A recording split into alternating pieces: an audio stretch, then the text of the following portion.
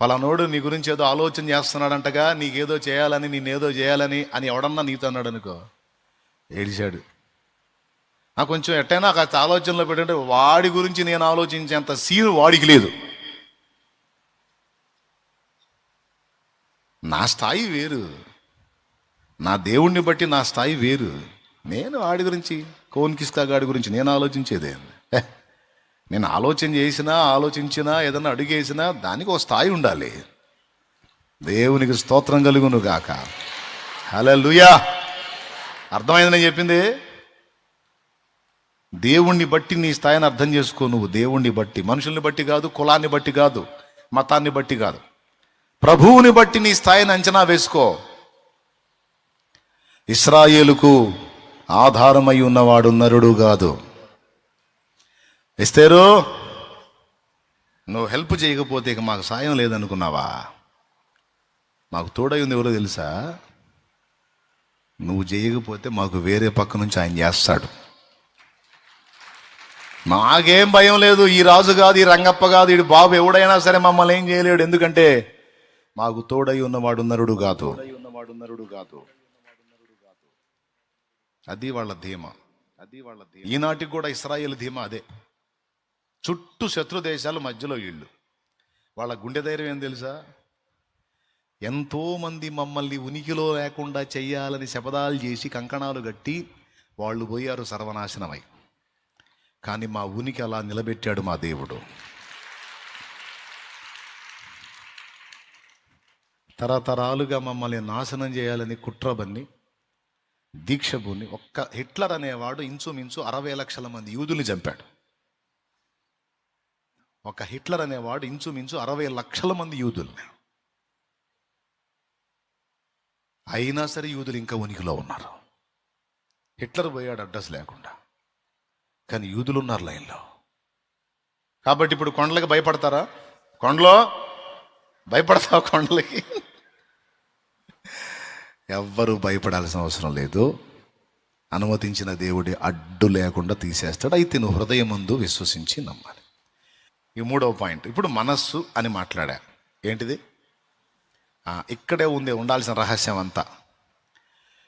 మనసులో నేనేమనుకుంటే ఏమయ్యా, నేను నోటితో పలుకుతా కొండ పోవాలి అంటే కుదరదంట. నోటికి మనస్సుకి లింక్ వేశాడు.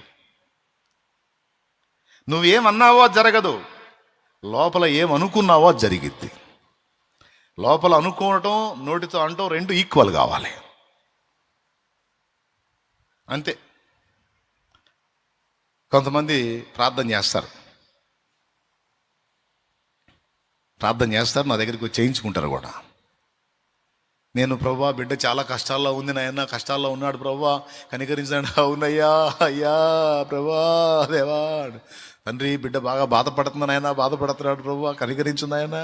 నేను అవును తండ్రి దేవా. ఓకే, ఏడు తప్పులేదు. ఇంత అయిన తర్వాత నేను ఆమెనన్న తర్వాత, అన్నా అయిద్దంటావా అంటారు. చూసా, నీ ఏడుపు నా ఏడుపు మొత్తం ఊడ్చుకొని పోయిద్ది. అప్పుడు దేవునికి స్తోత్రం. అది అనకూడదు. హృదయంలో ఏముండాలి తెలుసా?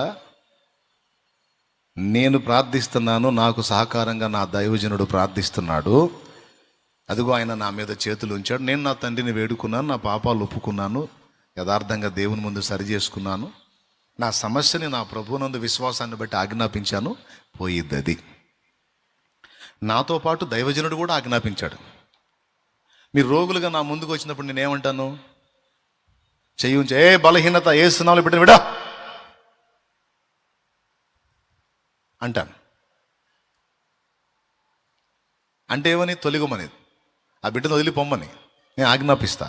నువ్వు కూడా విశ్వసించాలి. అప్పుడు అది ఎంత సమస్య అయినా సైడ్ అయిపోయింది. దేవునికి స్తోత్రం కలుగును కాక. ఎందుకంటే నీ సమస్యకి చెవులు ఉన్నాయి, నీ సమస్యకి చెవులు ఉన్నాయి. విశ్వాసాన్ని బట్టి నువ్వు మాట్లాడితే అది విని సైడ్ అయింది. నేను చెప్పలా, శతాధిపతి చెప్పాడు ప్రభుత్వం. సమస్య అంటే రోగం ఒక సమస్య, అప్పులో ఒక సమస్య, కేసులో ఒక సమస్య, ఇట్లా ఎవరికి తగ్గ సమస్యలు. అవునా? ఆ, రకరకాల సమస్యలు ఉన్నాయి. అవన్నీ నేను లిస్ట్ ఆడ చదివేది. ఎవరి సమస్య వాళ్ళు చెప్పుకోండి. రోగం ఒక సమస్య కదా. ఆ, శతాధిపతి తన దాసుడు రోగి అయి ఉన్నాడని యేసు ప్రభువుకి కబురు పెట్టినప్పుడు యేసు ప్రభు వస్తాను ఆ ఇంటికంటే ఏమన్నాడు? ప్రభువా, నా ఇంట్లోకి వచ్చుటకు నేను పాత్రుణ్ణి కాను, మాట మాత్రము సెలవిమ్ము. ఒక మాట సెలవయ్యా ప్రభువా, నేను సహా అధికారమునకు లోబడిన వాడును, నా కింద కూడా దాసులు ఉన్నారు. ఒకని పొమ్మంటే పోవును, ఒకని రమ్మంటే వచ్చును, ఒకని ఇది చెయ్యమంటే చెయ్యును. ఈ రోగాలు, ఈ సమస్యలు ఇవన్నీ కూడా నీ కింద దాసులయ్యా. నువ్వు ఆజ్ఞాపించయ్యా, పోయిద్ది. నువ్వు ఆజ్ఞాపించయ్యా, వింటది, సైడ్ అయ్యిద్ది. సమస్యతో మాట్లాడమంటున్నాడు, సమస్యను ఆజ్ఞాపించమంటున్నాడు. ఎంత డెప్త్ ఫెయిత్ అంటే ఈ శతాధిపతిది యేసు ప్రభువే ఆశ్చర్యపోయాడు. కాబట్టి మనం ఏం గ్రహించాలి ఇక్కడ? పాయింట్ అంటే ఆజ్ఞాపించడంతో పాటు హృదయ స్థితి ఎలాగున్నది దాన్ని మనం ముందు చూసుకోవాలి. మనస్సు యొక్క స్థితి. ఈ ఒక్కదాన్ని మీరు అధ్యయనం చేసుకోండి జాగ్రత్తగా, మీరు క్షేమంగా ఉంటారు. నీ మీద నువ్వు జాలి పడొద్దు, దెబ్బతింటావని చెప్పా. ఎదుటోళ్ళ మీద జాలి పెట్టుకో, బతకాలనిపించిద్ది. నీ మీద నువ్వు జాలి పడ్డావంటే చావాలనిపించిద్ది అని చెప్పాను. అక్కడ కూడా మనస్సే కీలకం. ఎందుకు ఆ మాట చెప్పాను తెలుసా? నీ మనసులో ఎప్పుడు నీ గురించి నువ్వు జాలి పడతా ఉంటే ఎదుటోళ్ళందరూ నీకు విలన్స్ లాగా కనపడతారు. రాసుకో బిడ్డ, రాసుకో. నీ మీద నువ్వు ఎప్పుడు జాలి పడతా ఉంటే ఎదుటోళ్ళందరూ నీకు తేడాగాను, విలన్స్ గాను కనపడతారు. ఆఖరికి నీ సొంత వాళ్ళు కూడా, నీ రక్త సంబంధీకులు కూడా నీకు శత్రువుగానే కనపడతారు. నీ మీద నీకు జాలి, నీ మీద నీకు కనికరం, నీ మీద నీకు అతి ప్రేమ ఉంటే ఇక నువ్వు ఎప్పుడు కూడా వాళ్ళ మీద పెట్టుకుంటూ ఉంటావు, వాళ్ళ గురించి ఆలోచిస్తూ ఉంటావు, వాళ్ళ గురించి దిగులు పడతా ఉంటావు, వాళ్ళ గురించి లోపల లోపల లోపల లోపల అయిపోతూ ఉంటావు. దీనివల్ల నువ్వు గుల్లవుతావు, నీ వాళ్ళని కూడా గుల్ల చేస్తావు. ఇది పక్క. నేను చెప్పింది ఎంతమందికి అర్థమైంది? నిజమా కాదా? నీ మీద నువ్వు జాలి పడకుండా నువ్వు ఫ్రీగా ఉండగలిగితే నీ చుట్టూ ఉన్న పర్యావరణం బాగుంటుంది, నువ్వు ఇంకా బాగుంటావు, యాక్టివ్గా ఉంటావు. లేకపోతే ఎప్పుడు శూన్యంలో చూస్తా, ఏందిరా, ఏం లేదు, ఏందమ్మాయి, ఏం లేదు అనుకుంటా ఉండాల్సి వచ్చింది. నువ్వు ఎందుకు ఏడుస్తావో, ఎందుకు రోగి అవుతావో, ఎందుకు చావుకు దగ్గర అవుతావో నీకే తెలియదు. ఒకటే నేను చెప్తున్నా ఈరోజు, నీ మీద నువ్వు జాలి పడటమే నీకు ప్రమాదం. అందరు నోరు తెరిచి చెప్పండి. నీ మీద నువ్వు జాలి పట్టమే నాకెళ్ళి చూసి నాతో అంటున్నారు. మీ తెలివి చల్లంగా ఉండా, మీకెళ్ళి చూసి మీరు అనుకోండి. చెప్పండి, నా మీద నేను జాలి పడటమే ప్రమాదం, అది. అంతేగాని నాకెళ్ళి నీ మీద నువ్వు జాలి పడద్దు. జాలి పడ్డనాడు ఎవరెవరు చేసిన, ఎవరెవరు అన్నవి అన్నీ గుర్తొస్తాయి నీకు. గుర్తొచ్చి కుమిలిపోయి ఏడుస్తూ, తిండి మానేసి, నిద్ర మానేసి, ఆలోచిస్తూ రోగి అవుతావు. నేను ప్రధానంగా చెప్పా కదా, గుండె సమస్య వచ్చింది. ఎందుకంటే కళ్ళల్లో కన్నీళ్లు రావాలంటే గుండెలో కదలిక ఏర్పడాలట. సైన్స్ ప్రకారం చూసిన అదే. హృదయం కదలకుండా కళ్ళలో నీళ్లు రావట. అర్థమైందా? అంటే వేరేదేదన్నా కంట్లో పడితే నీళ్లు వస్తాయి, మంటను బట్టి, అది వేరు. కళ్ళల్లో కన్నీళ్లు రావాలంటే హృదయంలో బాధ, అది ఫస్ట్ డ్యామేజ్ చేసేది హార్ట్ని. అందుకే గుండె సమస్య అని డాక్టర్ తెలిసినప్పుడు ఫస్ట్ డాక్టర్ చెప్పే మాట ఏం తెలుసు? ఏమైనా ఆలోచిస్తున్నావా? ఏం ఆలోచిస్తున్నావు? ఏం ఆలోచించేది ఏముందండి, చాలా బాధలు, మరి కష్టాలు, కన్నీళ్ళు, అబ్బాయి అమ్మాయి అంటే అట్టయితే పోతావు, నువ్వు పెందలాడిపోతావు. అవన్నీ వదిలేయాలి. వదిలేసి నేను ఇచ్చిన మందులు వాడుకొని కాస్త ప్రశాంతంగా ఉండు. పక్కన ఎటన్నా కాస్త మానసిక ప్రశాంతంగా ఉండేకెళ్ళి తీసుకెళ్ళడా ఆయననే, లేదా దెబ్బతింటాడు. ఎందుకు? మనసులో జరిగినటువంటి ప్రెజర్ ఏదో, మనసులో కలిగినటువంటి సమస్య ఫలితం శరీరం మీద పడుతుంది. అందుకే మనసు మార్చుకోమన్నాడు. మనసులో మార్పు కలిగితే శరీరం పాపం చేయదు. మనసు మారలేదనుకో, శరీరం మళ్ళా పాపానికి మనసే తీసుకెళ్ళిద్ది. ఒక్కొక్కడు సినిమా వాడు కూడా పాడతాడు చూడు, నా మనసు నా దగ్గర లేదు, నీ చుట్టే తిరుగుతుంది, అందుకే నేను ఎప్పుడు వినలేదా మీరు పాటలు? ఓ అమ్మ, మనకు తెలియని పాటలా? ఆ పాటలన్నీ చూసా మనసు చుట్టే ఉంటాయి అంటే మనం ఏదో ఏముందిలే అని కొట్టేస్తాం. కానీ కాదు కాదు కాదు కాదు మనస్సులో జరిగే మార్పులు మన బాడీని కదిలిస్తాయి. ఇంకోటి కూడా చెప్తాను, నేను గతంలో చెప్పే మళ్ళీ చెబుతా. నువ్వు అడుగులు వేస్తా ఉన్నావు, బస్సు మని పడగెత్తి తాజుబాన్ ఎదురు నిలబడింది. నీ ఎదురు నిలబడింది, బుసగొట్ల పడగెత్తి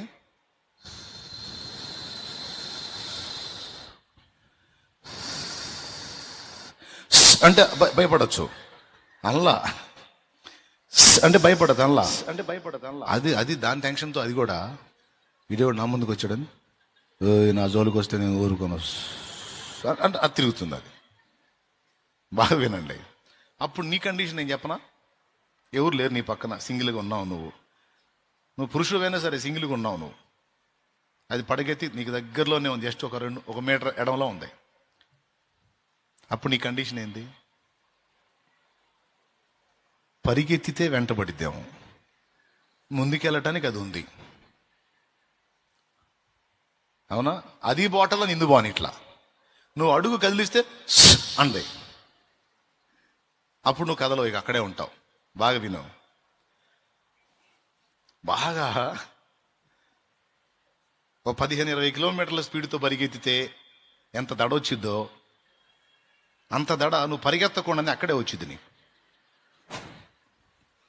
వచ్చిద్దా రాదా? ఎంతమంది ఒప్పుకుంటారు? అదేంది, పాము నిన్ను గరిసిందా? నీ మీదకి వచ్చిందా? పోనీ నువ్వేమైనా పరిగెత్తావా? అది ఆడుంది, నువ్వు ఏడున్నావు.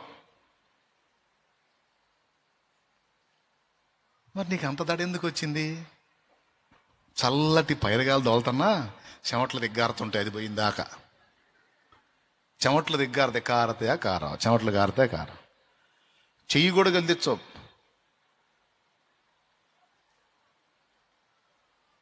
ఎందుకు? ఏం కలిగినా అది బుస్ అంటుంది. బిగసకపోయి అరే నువ్వు ఉన్న దగ్గరే ఉన్నావు, కానీ నీ గుండె వేగం పెరిగిపోయింది, నీ బీపీ లెవెల్స్ అబ్నార్మల్ అయిపోయినాయి, నీ హార్ట్ బీట్ మారిపోయింది, నీ బాడీ అంతా కూడా చెమటలు కక్కుతుంది. ఇదే ప్లేస్లో ఒక కళ్ళు లేనివాడు ఉన్నాడు అనుకో, నువ్వు పొందిన ఈ రియాక్షన్స్ అన్నీ వానికి వస్తాయా? తేడా ఏంది? నీ కళ్ళు ఉన్నాయి, చూసావు, దాన్ని బట్టి ఒక భయం అనేది నీ మనసులో స్టార్ట్ అయింది. ఎందుకంటే చిన్నప్పటి నుంచి విన్నావు కదా, పావం గరిసి చచ్చిపోయారంట, పావం గరిసిపోయారంట, ఆ పావం గరిస్తే మామూలుగా ఉండదు, వెంటనే ఎక్కిద్ది. ఏ పావం గరిసినా వెంటనే ప్రాణం పోదని టైం ఉంటుంది దానికి. కొన్ని చిన్న చిన్న విషయాలు ఉన్నాయి, చేస్తే ప్రాబ్లం ఉండదు. అంతెందుకు రైతాంగానికి చెప్తున్నా, రబ్బర్ బూట్లు ఉన్నాయి, మోకాల దాకా వస్తాయి, వేసుకోండి. ఇతర దేశాల వాళ్ళని చూడండి, ఎండ దెబ్బ తగలకుండా టోపీ పెట్టుకుంటారు, చేతులు గ్లౌజులు వేసుకుంటారు. వ్యవసాయం చేసేటప్పుడు పురుగు మందు పట్టుకున్నా ఏం చేసినా కనీసం గడ్డి కోసేటప్పుడు కూడా గ్లౌజులు వాడతారు వాళ్ళు. మన వాళ్ళకి ఏంటంటే అవన్నీ పెట్టుకొని యాడ్ చేస్తాం అని కొంచెం ఒళ్ళు బోరు వ్యవహారం చేస్తారు. అది వచ్చింది. అవి పెద్ద ఖరీదు కావు, గ్లౌజులు ఖరీదు కావు. ఏదన్నా పురుగు ముట్టినా కూడా ఇబ్బంది ఉండదు, అది దాని మీద పడిదిగా నీ మీద పడదు. బూట్ కాలు, రబ్బర్ బూటు చాలా చీప్గా వచ్చింది, వేసుకో. సంవత్సరాలు వస్తాయి. ఒక్క జత కొనుక్కున్నామంటే అసలు గొడవే ఉండదు. కానీ మన వాళ్ళు ఏడ వినరుగా.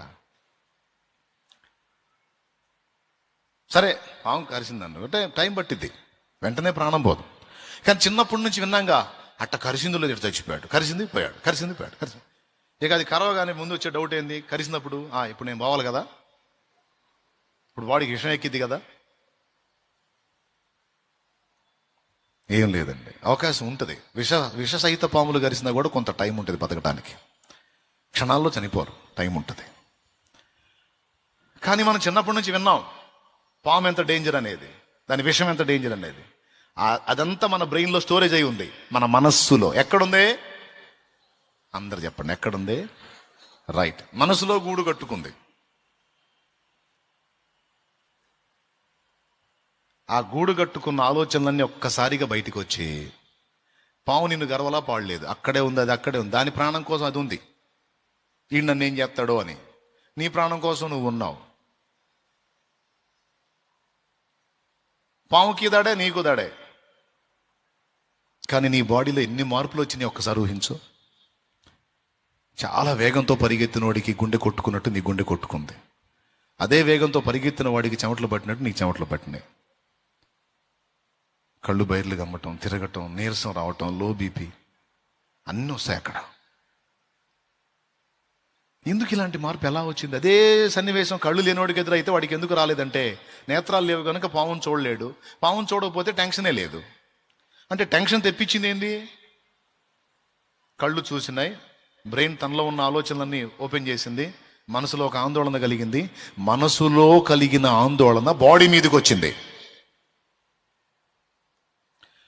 ఒక్క పాము విషయంలోనే కాదు, రోగం విషయంలోనైనా, దేని విషయంలోనైనా, సమస్యల విషయంలోనైనా నీ మనసులో ఒత్తిడి ఎదురైనప్పుడు అది నీ బాడీ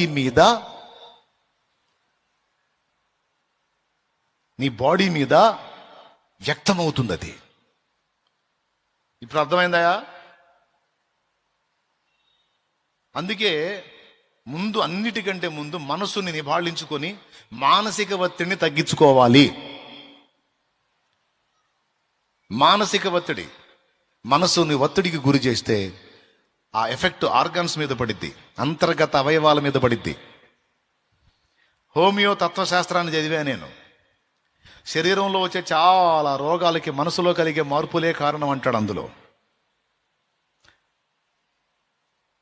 శరీరంలో కలిగే చాలా రోగాలకి మనస్సులోనే ఉంది సమస్య. ఆ మనస్సుని బ్యాలెన్స్ చేయగలిగితే సగం పైగా, అంటే దాదాపు 3 భాగాల రోగం తగ్గిద్ది. మనసు బ్యాలెన్స్ అయితే ఆ 25 భాగం ఏదో ఇచ్చిన మెడిసిన్తో సెట్ అయిపోయింది. నిజంగా మీకు అర్థమైందా? ఎంతమందికి అర్థమైంది? ఏమర్థమైంది?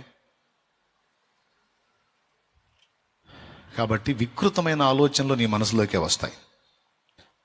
ఈ ఆలోచనలు నిన్ను నన్ను కాదు, భక్తుల్ని, ఏబు స్థాయి భక్తుల్ని కూడా వదల్లా. ఏబు స్థాయి భక్తుల్ని కూడా వదల్లా. అష్టైశ్వర్యాలతో తొలదూగుతూ ఒక రాజంత ఐశ్వర్యవంతుడే 10 మంది సంతానాన్ని కలిగి దాసదాసి జనాంగంతో ఎడ్లు, పశువులు, గాడిదలు, ఒంటెలు, పొలాలు, స్థలాలు అన్నీ కలిగి ఒక రేంజ్లో ఉన్న ఏబు మనసులో ఎప్పుడు కలవరం. ఇదంతా ఇలానే ఉంటుందా? ఇది మారిద్దా? ఇదంతా ఇలానే ఉంటుందా? పోయిద్దా? ఉంటుందా? పోయిద్దా? ఇన్ని భోగాలు వచ్చినాయి, ఉంటాయా? పోతాయా? ఉంటాయా? పోతాయా? ఉంటాయా? పోతాయా? పోయినాయి. పోతాయేమో. నా భార్య నాకు లోబడతా ఉంది, ఇప్పుడు రివర్స్ అయిద్దేమో. నా పిల్లలు పచ్చగా ఉన్నారు, పోతారేమో. నా ఒంటెలు, పశువులన్నీ, ఎడ్లు, ఆడుగాడిదలు ఇవన్నీ మస్తున్నాయి, పోతాయేమో. దాసదాసి జనాంగం నా మీద రివర్స్ అవుతారేమో. నాకున్న ఈ ఆరోగ్యవంతమైన శరీరం రోగగ్రస్తం అవుతుందేమో. ఏమో.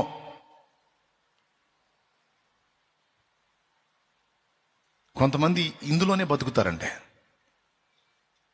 ఏమైద్దో ఆ రోజు దాకా ఆగరు. ఆ రోజు రాకముందే ముందుగానే ఆలోచన చేస్తూ ఉంటారు, మానసిక ఒత్తిడి గురవుతూ ఉంటారు. చివరికి ఏం జరిగిందో తెలుసా? ఏబు గ్రంథము 3:25లో ఏది వచ్చునని నేను బహుగా భయపడితినో అది నాకు సంభవించుచున్నది, నాకు భీతి పుట్టించినదే నా మీదికి వచ్చుచున్నదన్నాడు. ఏబు గారిని అడుగుదాం, ఏమయ్యా ఇన్నాళ్ళు కాపాడిన వాడు, ఇన్ని ఇచ్చినవాడు ఇక ముందు కాపాడ్డా? ఇచ్చిన వాటిని స్థిరపరచడా? ఇవన్నీ పోతాయని ఎందుకు నీకు మనసులో సందేహం కలిగింది? నీ మనసులో అలాంటి ఆలోచన ఎందుకు కలిగింది? సో నీ మనసులో ఏదైతే కలిగిందో అదే జరిగింది. మీకు వందనాలమ్మా, మీకు అందరికి వందనాలు. ఒక్కసారి ఇది లేపండాయా? ఎందుకు నేను వందనాలు చెప్పాను ఇప్పుడు నీకు అర్థం కాలేదా? దయచేసి మీ మనసులో అట్లాంటి చెత్త ఆలోచనలు పెట్టుకోవద్దని వందనాలు చెప్పా. దేవునికి స్తోత్రం కలుగును గాక. ఎందుకు చెప్పా వందనాలు? అట్లాంటి చెత్త పనికిమాలిన ఆలోచనలు పెట్టుకోవద్దు. మరి ఏం పెట్టుకోవాలి? కాపాడాడు ఇప్పుడు దాకా, ఇక ముందు కూడా ఆయనే కాపాడతాడు అని మనసులో ఆయన యందు విశ్వాసం ఉంచి, మనసులో ఎప్పుడూ కూడా పాజిటివ్ వేవ్స్ని రానివ్వాలి. పాజిటివ్ వేవ్స్ని అంటే అనుకూలమైన ఆలోచనలు, ఆశీర్వాదకరమైన ఆలోచనలు, దీవెనకరమైన ఆలోచనలని ఎప్పుడు సరఫరా కానివ్వాలి. ప్లీజ్ సీరియస్గా తీసుకోండి. నేను చెప్పింది తీసుకుంటే మీ రోగాలు తగ్గుతాయి, మీరు ఎదుర్కొంటున్న శోధనలు పోతాయి, ఆత్మీయంగా బలపడతారు, అన్ని విధాలా దీవించబడతారు. ఉన్నదంతా మనసులోనే ఉంది పెద్దోడా. నీకు బుర్ర ఉంటే నా మాట నీకు ఎక్కాలా? ఉన్నంత ఎక్కడుంది? అందుకే బైబిల్ గ్రంథం అన్నిసార్లు మనస్సు మనస్సు మనస్సు మనస్సు. మీరు ప్రార్థనలో అడుగు వాటి నెలను పొంది ఉన్నామని ఎక్కడ నమ్మమన్నాడు? యేసు ప్రభు అని నోటితో ఒప్పుకొని ఎక్కడ విశ్వసించమన్నాడు? మనస్సు లేక హృదయం, హృదయమందు విశ్వసించి. మనసులో విశ్వాసం నీకు రక్షణ ఆధారం. మనసులో విశ్వాసం నీకు అద్భుతాలకు ఆధారం. మనసులో మార్పు నిత్య జీవానికి ఆధారం. మనసులో ఒత్తిడి నీ రోగానికి కారణం. మనస్సులో సందేహం నీ దరిద్రానికి కారణం. నేను చెప్తున్నా, ఈరోజు నీకు సంభవించినవన్నీ నాకు తెలిసి బహుశా గతంలో నువ్వు అనుకున్న విషయాలే జరిగినాయి. నువ్వు అనుకోనివేవో జరగల. నీ మనస్సులో నీ లోపలి పొరల్లో ఎప్పుడో ఏదో ఊహించావు నువ్వు, అదే జరిగింది. తర్వాత ఇప్పుడు ఆడేలాగే వాడుతున్నావు, నేను అనుకున్నట్టే జరిగిందని. నేను అనుకున్నట్టే దేవుడు అంటాడు, ఎందుకు అనుకున్నావు అట్ట అంటాడు. అట్ట ఎందుకు అనుకున్నావు అంటే, ఎందుకో నాకు అట్ట అనిపించింది. అట్ట అనిపిస్తే అట్టే అయిద్ది, ఇక అనిపించొద్దు అట్ట, అనుకోవాకట్ట. ఏమండి, అర్థమైందా మీకు? ఇంకా అనుకోవాకండి. దిక్కుమాలిన ఆలోచనలు, దరిద్రపు ఆలోచనలు రానివ్వకండి. వచ్చినాయా? అయిందే.